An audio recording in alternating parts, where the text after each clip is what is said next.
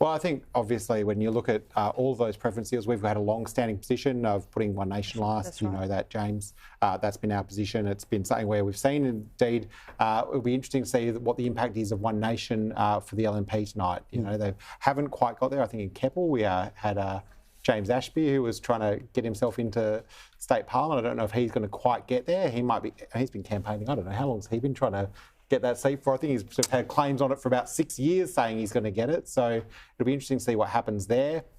Or if he does, it's going to be off the back of LNP. Or we could bring in optional preferential voting and empower the voter to decide where their preferences A Keith go. Fitzgerald inquiry recommendation that was implemented by Wayne Goss but has disappeared from the political These guys are landscape. now together, aren't they? Yeah, no, it is. They're together. Phil and James are on a unity ticket. Oh, we might have a punch-up before the race. Don't worry.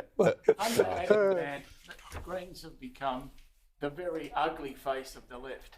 Yeah. And they are getting worse, Yeah. not better.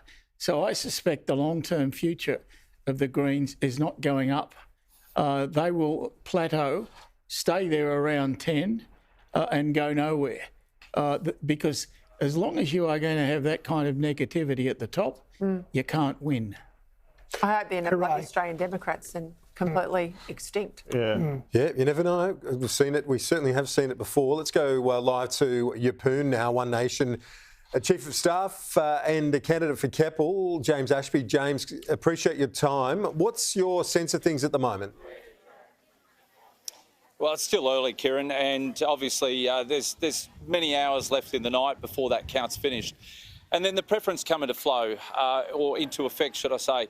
It's going to be an interesting night. Look, the wonderful part that we've got now here in Keppel, we're going to change not only this seat from red, it'll either go orange or blue. One way, it'll be anything but red after this election tonight. So it's a good outcome, whichever way you look at it. Projecting the LNP at this stage, but you're still holding out hope, James? Look, it's early at the moment, Kieran, and look, we're still a few hours off before the Electoral Commission here of Queensland stop and send their staff home here. There's a lot of early votes. A lot of people got out and voted very early.